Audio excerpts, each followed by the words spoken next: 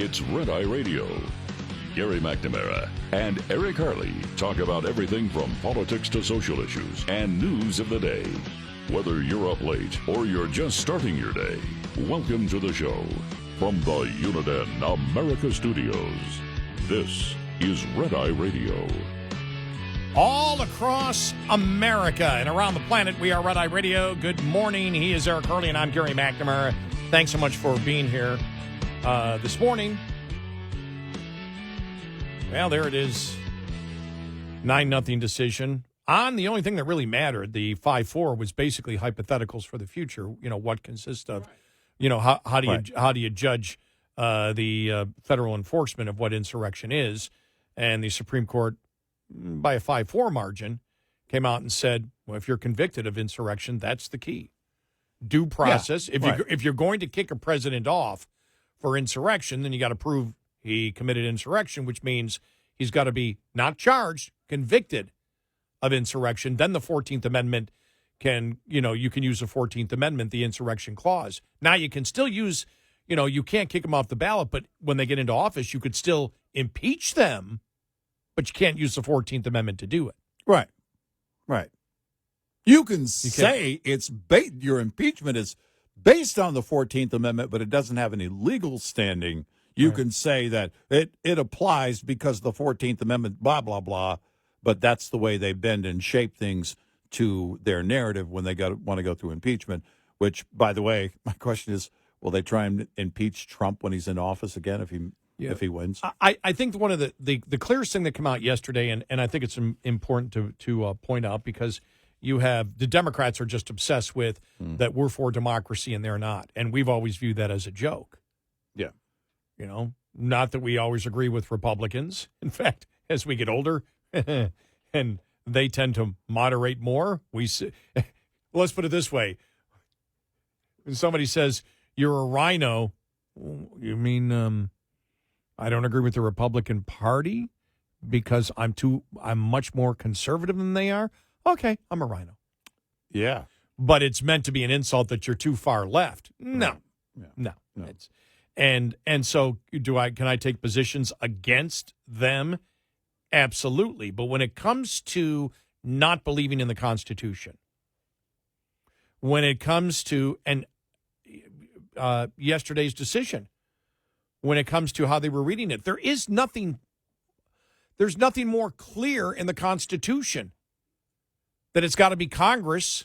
It's up to Congress to do this. That's why it was 9-0. It was that crystal clear, and you saw the outrage from the left. We're trying to protect democracy. No, you're not, because states don't have a say to disqualify the president, even if he was convicted of insurrection. Right. All the justices agreed, even if he was convicted of insurrection, states don't have a say under the Insurrection Act. 2/3 of both the legislative bodies are needed to do that, which is even greater than impeachment and removal from office. Right. And so the fact that it's so crystal clear, again, takes me back to the whole Dana Carvey thing, when something is so self-evident and the Democrats refuse to accept it. And Dana Carvey was using the fact of how President Biden has changed when it comes to securing the border. And he was making fun of the president. We played the clip about an hour ago, and it's, in the last 2 hours we played it. I can't exactly remember when, but it's hilarious. Yeah, because it's the things that are, this administration and the Democrats in general, the things that they claim are anti-democratic, which are, following the Constitution is anti-democratic. I mean, it doesn't make any sense. And when you break it down, you realize, well, wait a minute, you're the ones that are trying to lessen the First Amendment, freedom of speech, freedom of religion. You don't believe in those things. You don't believe in the Second Amendment. When it's the Democrats, purely the left, that's talking about getting rid of the Electoral College and getting rid of the Senate. Clearly, they don't believe in basic tenets of the Constitution of the United States and the Bill of Rights. So who's the Democratic people out there. Who is it? Well, they have been trying to no end to undermine and whittle away at the Constitution for years. And so, look, there should be no electoral college. There should be no Senate. There should be over and over and over again. You know, Robert Reich, who was back, I think, when it was still Twitter, it was wrong for a state like North Dakota to have 2 senators, but a much more populated state like California to only have 2 senators. He doesn't get it. Or he wants you to not get it. He believes you don't get it, and he can reshape the mind. I believe he's smart enough to get it. Whether he actually gets it or not, I'd have to ask him, because they don't, for them, it's never been about the Constitution or what our forefathers set in motion and why they set it in motion the way they did. The basis for all of this. Because if you're willing to throw out parts of the Constitution, you basically want to scrap it and start over. And now I do know that many on the left would love to do that. But the fact of the matter is that we have a Constitution. It does mean something. And if anybody is anti-democratic, if there is any side that is anti-democratic, it's actually the Democratic Party. They're the ones that want to throw out the electoral process, or their electoral college. Well, it didn't work in our favor a couple of times, so we're going to throw it out. We want to be done. We want to be done with the Senate. Let's do away yesterday. Let's dissolve the Supreme Court. Keith Olbermann, as if anybody really cares about that, but he's representative of the left. It's not working in our favor. Do away with it. I don't ever in my lifetime, but certainly not as an adult, remember thinking, I disagree with the Supreme Court decision here. I wish there were no Supreme Court. I know. I mean, that's what he's basically saying. Man, we lost today. And I wish there were no Supreme Court, Court at all. I mean, that's basically what. And remember, the discussion on the Senate came from the Electoral College. That the Electoral College has to be that has to go away, and therefore the Senate does too, because the Senate is based on sort of the same thing. It's the states that elect the president, not the popular vote of the country. Right. And the Senate, you have a bicameral legislature, which most, I'm trying to think, all Western democracies have embraced. And you have a branch like we have here in the United States, the House, which represents the people, and the Senate, which represents the states. Right. That's the power of the states. And anybody with any type of basic knowledge of the formation of the United States understands that the Founding Fathers wished to keep the country together. Well, that's the thing. If the smaller states had no representation, if everything was in the larger states, that's how civil wars happen. Why? How did they know that? Because the Revolution, which was a civil war against England, was because the colonies did not feel that they were being represented in Great Britain. Right. They simply had to follow what Great Britain said. They had no power. They had no representation to stop everything. Well, if everything is based, if you have 2 houses or just one house, because having 2 would sort of be redundant, but you had one house and it would be California, Texas, New York, and Illinois would control everything. How those states went, you would just have to follow. You would not have representation. And our forefathers weren't, it didn't mean, it had nothing to do with the population of those states.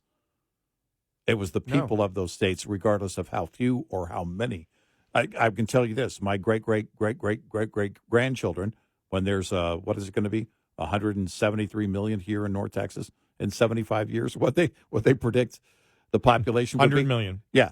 So when it reaches that point, I'm sure my great-great-great-great-grandkids will be moving to Montana, and then you're going to see a migration to other states just to have a little room. The point being is that it didn't matter the population, the number of people. It was the fact that the states would be represented through those senators. Right, exactly. And so they had representation. They went, okay, we understand. That's why you have a bicameral legislature, and you have the House, and that represents it, and then, represents the people, and then you have 2 representatives of each state. So everyone feels like they have a say, because there's no reason to be a part of the United States if you don't have a say. Right. If you're just lost in it, there's no reason. And remember, the country was not, and this is the thing, I don't think a lot of Democrats understand this, because the federal government has gotten so big and all-encompassing. In fact, there's an article in the Wall Street Journal today how they want to create an agency now to basically regulate Little League sports. Yeah. It's like, you don't need that. What, are you out of your freaking minds? Yeah. The feds and T-ball. The feds getting involved in order to provide equity to all sports and tax deductions and tax breaks and grants coming from the federal government. It's like, no, it's run fine. Federal government doesn't need to run Little League sports. No. And this is from somebody who got cut from every Little League team that they ever tried out for. They had no business in it. But that's what happens when you have an all-encompassing federal government and they're not accountable to the people, which we've said. You see that when you get to local government that they have to provide those basic services. They're very close to the people where, boom, they'll be protesting outside of your office if you get too radical. They'll be protesting outside of your home. They know who you are. Mm-hmm. And so they're more accountable, and that's how the system runs. But if you have no representation in a small state, and the Senate gives these small states a little bit, not all, because the House can still dominate in many ways, but it gives them, they know that in part of the structure of the federal government, they have equal representation of the other states. Right. In the other body, they don't. But if you have zero representation, if you have no influence at all on the federal government, the Founding Fathers knew that's what causes a civil war. Right. States will leave then. There's no reason for them to be in it if they feel we're sending our tax money to D.C. and all of it goes to the populations or the states that have the biggest population. Right. I mean, it's already a problem with a lot of that happening, but still, you at least have more of a chance of more representation with the Senate. The fact that Democrats don't understand that shows they don't believe in the constitutional republic that we live in. They use the term democracy. We say, quote, democracy, because everything is sort of under the umbrella of a democracy. But a democracy itself is ridiculous, because if there's a democracy, then there is no legislature either. Right. If you're talking about democracy, then the people vote for everything. Right. Well, then you need a representative democracy. Then you have a constitutional republic, and which is a form of democracy, but it's, again, set by the Constitution with the bicameral legislature. So you have two legislatures, one for the people, one for the states. Right. But, yeah, but again, with getting rid of the Electoral College, which does the same thing, the natural progression of the left was, well, then get rid of the Senate, too. Yeah, but exactly. Who wants to get rid of the Constitution? Who wants to get rid of major tenets of the Bill of Rights? It's the left. It's exclusively the left, except for Josh Hawley. Yeah. And his stupid idea that, well, all groups should be able to have free speech, except companies. That's buying into now that's where Josh Hawley, who portrays himself as a conservative, is the most liberal. Yeah. Has the most liberal opinion on that. It's not going to go anywhere. No. But, that's the whole thought process. Okay, let's start. And when Republicans start doing that, then we're in a danger zone. When we're limiting free speech and saying, well, these groups don't have a right to free speech. Yep. And doing it under the guise of the big, bad corporations. And then Josh Hawley, but I'm only doing it for corporations. It's not going to be, well, why wouldn't you give it to corporations? Right. What would be the reason? Yeah. Is the for-profit motive evil? Right. Josh Hawley, what is it? Right. What's the basis for that? Understand, we'll tear Republicans apart too when they act stupid. Yeah, that's moronic. Or act act in not the best interest of promoting the First Amendment of the United States. Right. He gets no slack for that. Nope. And I bet you the other thing is he couldn't defend it in a debate either. Well, when you're floating this idea of limiting free speech, yeah. Sorry, you're going to have to swim your way back for me to even pay attention to you if you want any credibility. Yeah. So, Josh Hall, you're saying pro-life groups get free speech? Right. NRA gets free speech? Right. Liberal environmental groups get free speech? Yeah. Unions get free speech? Right. The only people that you say shouldn't get free speech under the Constitution are corporations? Right. You're going to cite a financial motive? Yeah. You telling me those other groups don't have financial motives or other motives?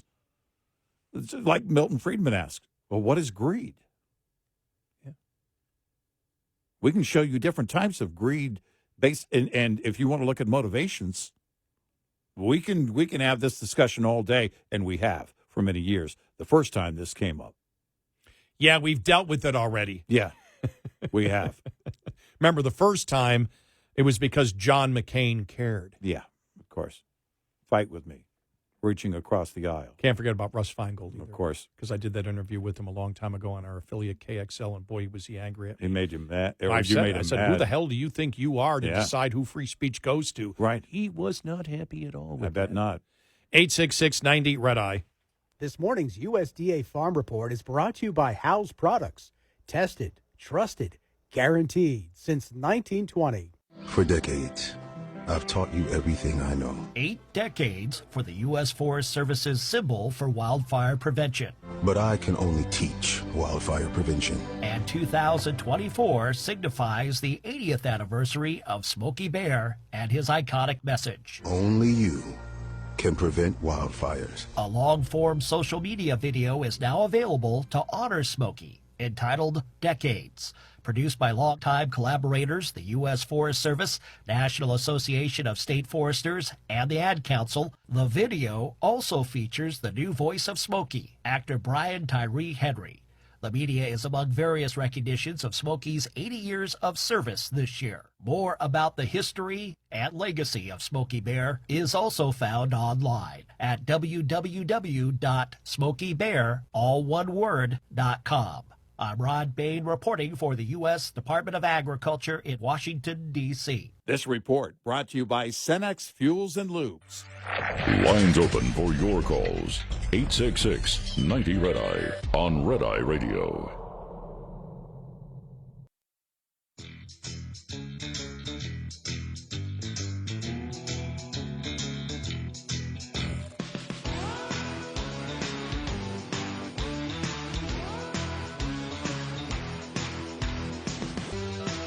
It's Red Eye Radio. He's Eric Harley, and I'm Gary McNamara. Coming up on the bottom of the hour, the latest on the Fani Willis disqualification hearing and a new witness. Oh. Even though they did closing arguments, they did mention that they had a new witness.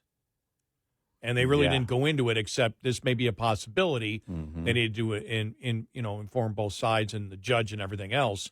But we now know who that witness is. We'll tell you that coming up here in a couple of seconds. Plus, you and I have talked about the fact that the biggest enemy right now of the Democrats is not Republicans, it's reality. We'll give you another example of that, and this is in New York because of their whole climate change policies.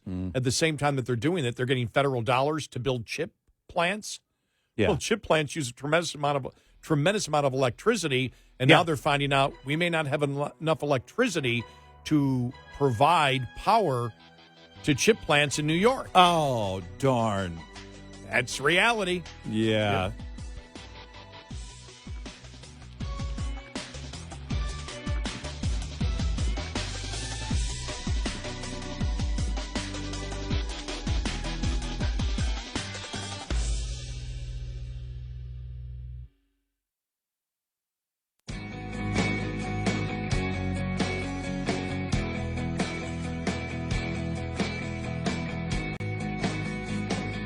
866-90-RED-EYE. Now's your chance to be the caller. Red Eye Radio. It's Red Eye Radio. He is Eric Harley, and I'm Gary McNamara. Thanks for being here. Yeah, thanks a lot. As we've said before, the Democrats' biggest enemy is actually not Republicans right now. It might have been, but it's not now. The biggest problem they have right now is reality. It keeps coming back. Yep. And here's another example of it. From Just the News, John Solomon's website. A semiconductor manufacturer was looking to expand one of its New York campuses, but as the state tries to eliminate electricity generated from fossil fuels, it finds itself with a dwindling supply to support expanded industrial capacity. Global Foundries' current factory in Malta, New York, campus employs 2,500 people, according to the Times Union. It's the Albany Times Union, I'm assuming.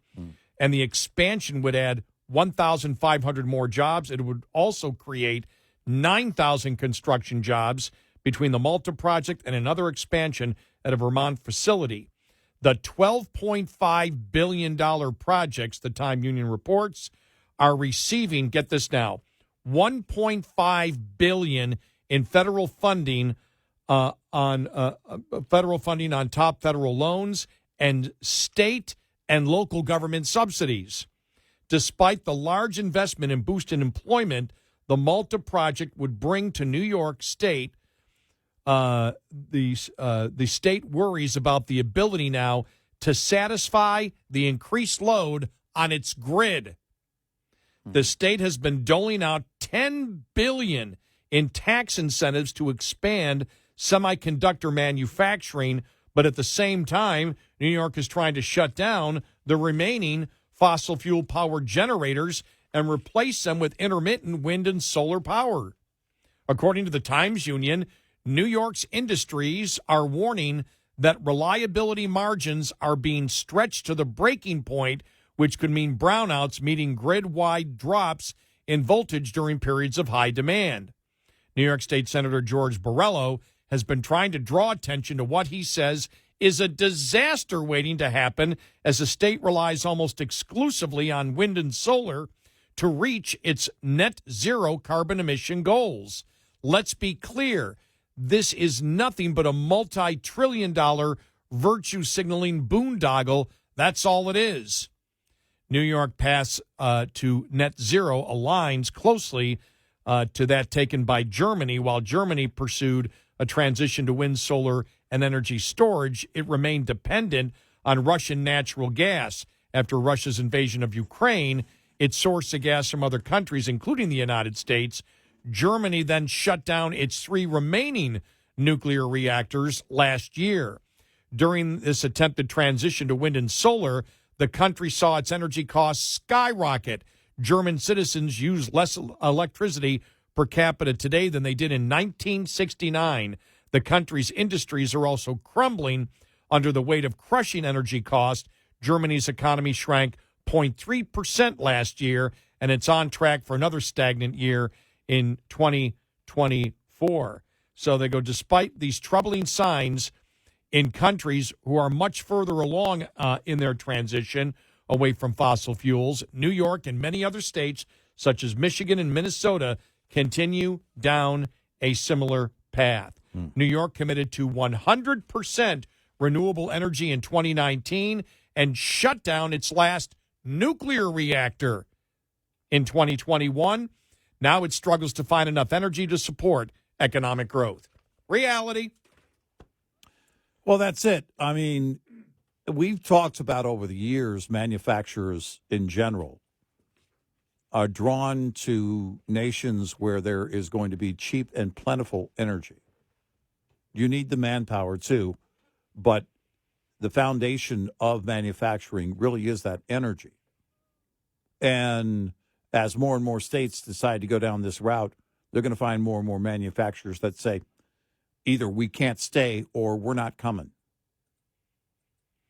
And that when we have talked about the fact of the left and their climate change agenda, which is, wind and solar. I mean, New York's one of the biggest states trying to get rid of natural gas. Yeah, right. So they're trying to get rid of natural gas. Yeah. They've shut down the last nuclear reactor. Right. What do you have? What do you have? They're not going to do coal. You have solar and wind. Solar and wind, which isn't going to be reliable. Your No. grid's not big enough. And what there is going to be expensive. Whatever there isn't going to be reliable. It's going to be enormously expensive, and there's no way around that. And that's why we've stated over and over again, this is where you see the left run by the Democratic Party in New York State and across this country that they believe what they're doing right now is they believe in economic, energy, and national security suicide by doing this. It's impossible to do. They are destroying America from within because if we don't have plentiful, consistent, cheap energy, we die. Exactly. It's that simple. And so you look at this here, Republicans have nothing to do with this boondoggle in New York. This is all Democrats. All liberal Democrats who live in a delusional world. Oh, we can run it on solar and wind. Why? Because it sounds good. And if it sounds good, it just magically happens. And so then they invest. They invest. Then they subsidize and grants and cheap loans and everything for industry. And the industry's going, well, that's all fine and dandy, but we can't find the electricity. Right. And so this isn't the Republicans that's the biggest enemy of Democrats in New York. It's reality. Yep. That the Democrats chose to ignore. And that's it. It's not going to be, this is the thing, is that it really isn't going to change. It's the fundamentals of this will not change ever. Certainly not in our lifetime. The technology will never be there to support this kind of draw on the grid that manufacturers require, but that life requires, that the average citizen requires. When we see the EV makers going and the OEMs going, oh, whoa, we're gonna hit the brakes on this. We think people are loving the hybrid. Well, what's going on there. Now you see it. It's okay. Inevitably, it was going to result in this. So what is it going to be?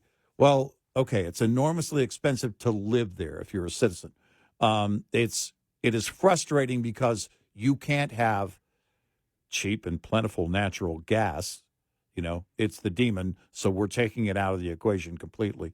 You limit the resources of the people. Think about that, limiting the resources. Under the guise that the wind and the sun can provide all you need. Well, I had a chuckle at the story out of Pennsylvania yesterday where both Casey and Fetterman are against what the Biden is doing with the LNG ports. Right. I'm like, and the majority of residents and citizens of Pennsylvania are against it. Well, what the hell did you think you voted for, Pennsylvania? Right. What do you think you put in office over the last 30 years? The birthplace of oil drilling, and you didn't see this coming? Yeah, where did you think this was going right. if you kept electing Democrats? Exactly. I mean, come on. And here's the thing. People will say, well, that's just the big industry, blah, blah, blah. Everything, when there is an industry in a state, whether it's farming, whether it's energy, whatever it is, the industry in that state, everybody is tied directly or indirectly to that.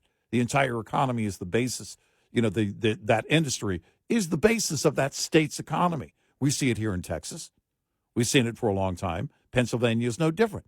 And so even if you don't work in the oil industry, the energy industry in Pennsylvania, you're connected to it indirectly because your entire state's economy is based on that energy production. Not that there aren't other contributors to that, but that's the basis for it because they're a massive energy producer. Well, where did you think this was going to go? Where did you think this was going to head if you were voting for a guy who wanted to shut down drilling? Yeah, he promised to do it. I'm going to shut it down. Yeah. All of it. It's all gone. Right. Well, let's vote for this guy. Well, what do we do? What's he doing here? Well, you voted for him. Yeah, exactly. He did what you voted for. Was it the West Virginia Coal Miners Union? Yeah. Several years ago for Obama in 2008. They endorsed the guy who had just told the San Francisco Chronicle under my plan of cap and trade, electricity rates would necessarily skyrocket. Forget what I say about coal, whether it's good or bad. I'm going to force them to retrofit their outfits, and they'll pass it along to the consumer. And then, of course, he did just that. Well, no, and then 4 years later. The more blunt statement was, we'll bankrupt the coal industry. That's where I was going. Yeah, Forget what I say about whether coal is good or bad. They'll retrofit.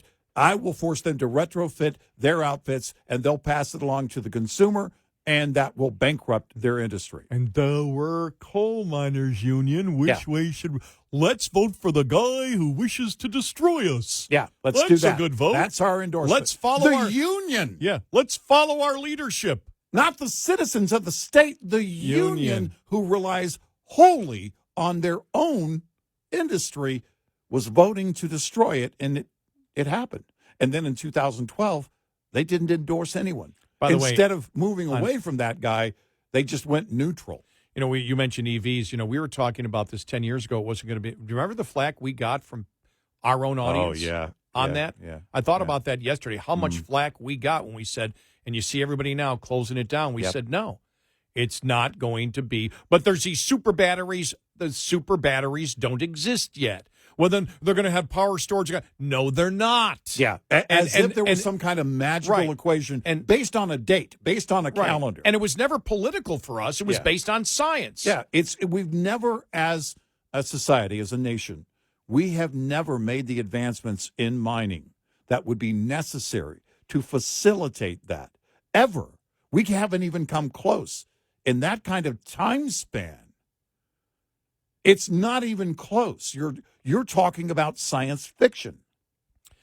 And finally, a new witness could testify that Fani Willis warned lover Nathan Wade's former business partner to stay quiet about their affair in an explosive new court filing claim.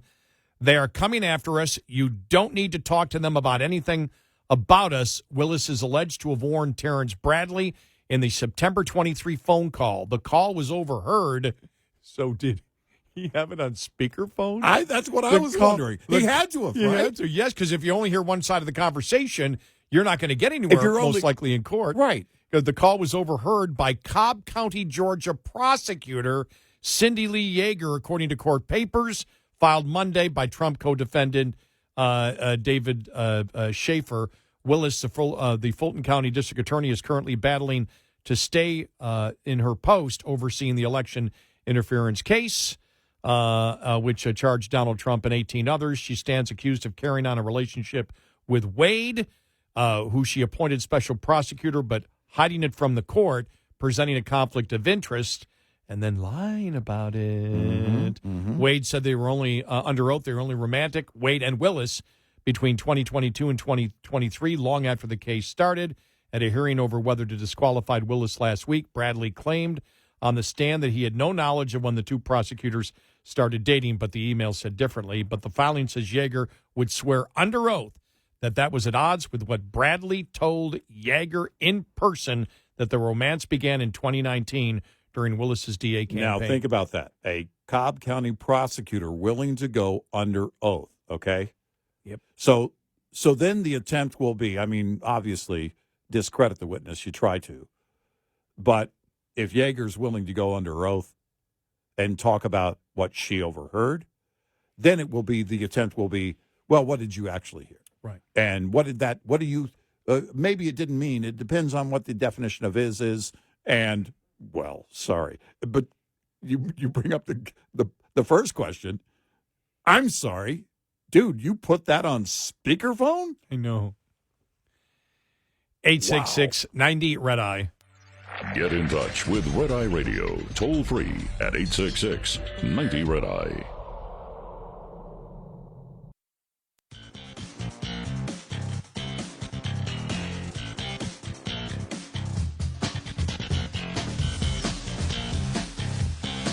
It's Red Eye Radio. He's Eric Harley, and I'm Gary McNamara. You know, with the Supreme Court decision and then Super Tuesday today, by the way, we'll have election coverage coming up on tonight's show. But with all of that, it sort of got lost, the $40,000 that Joe Biden got from his brother. Right. I got lost. Yeah. That's not going to continue to get lost. No. But it's like, that was still, to me, boom. And it's just other things have gotten in the way of that, the Supreme Court decision. But That's going to be huge. I think that's going to be huge, and it will catch fire again. I think the Republicans are just waiting. Okay, you've got a bigger story over here yesterday, clearly, with the Supreme Court victory for the Trump campaign. And now Super Tuesday today, you let that play out. But I think getting a deal together by this Friday also. Right. The whole Fani Willis thing, which could well implode either this week. We're going to know this week or next week. By the way, she said apparently she heard the phone call, and plus her and Wade had the conversation many times. Okay. About so the that fact goes that he was further dating than just Fani overhearing Willis. them. Yeah. Okay. Yeah. Wow. So.